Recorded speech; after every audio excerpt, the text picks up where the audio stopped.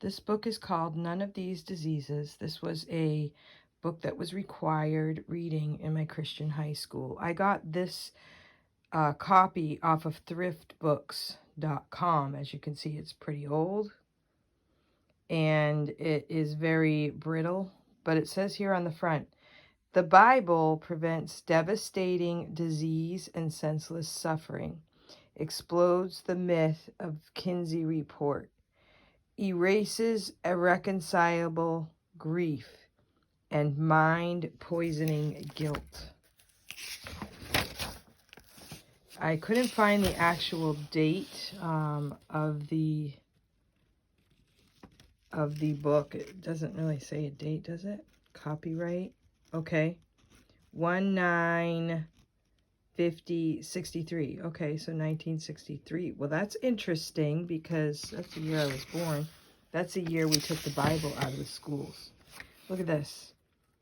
Peace does not come in a capsule.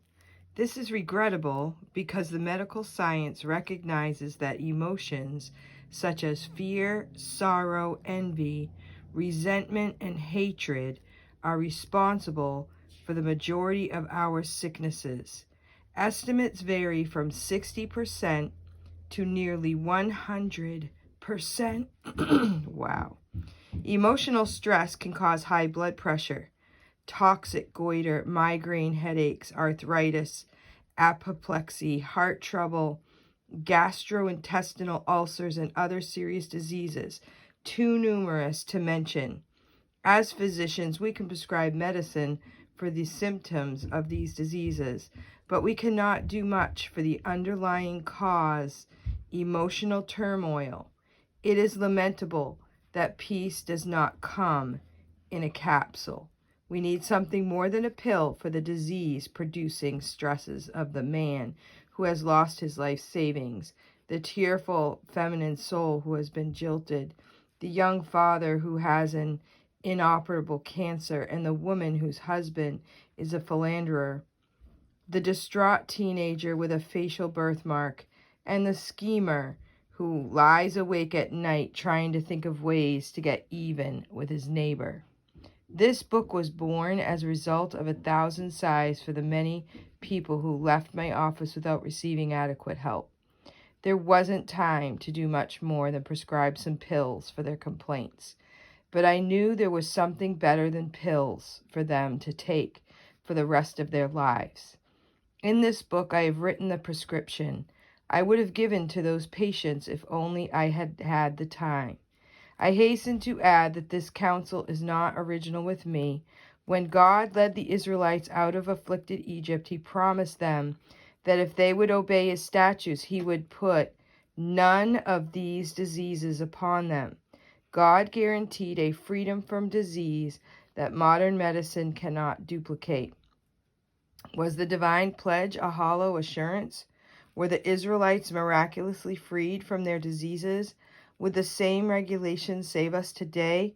I am confident that the reader will be intrigued to discover that the Bible's directives can save him from certain infectious diseases, from many lethal cancers, and from a long gauntlet of psychosomatic diseases that are increasing in spite of all efforts of reader medicine.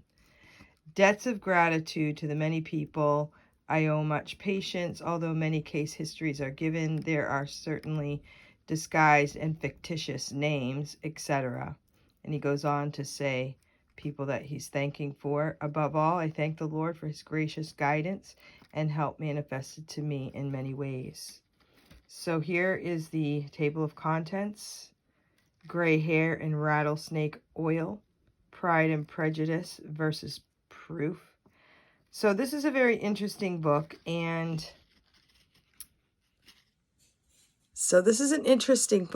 it just really makes you stop and think about what is going on in our world that is causing people to have fear and anger, and we've gotten away from the Bible. What can the Bible do for us to help us with all of this stuff going on? And right now in 2022, there's a lot of stuff going on that is environmental.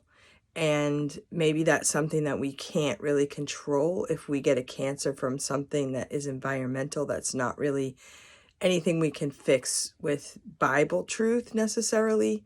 But we can also have peace that God is in control and that we can still follow his guidance for the best life possible.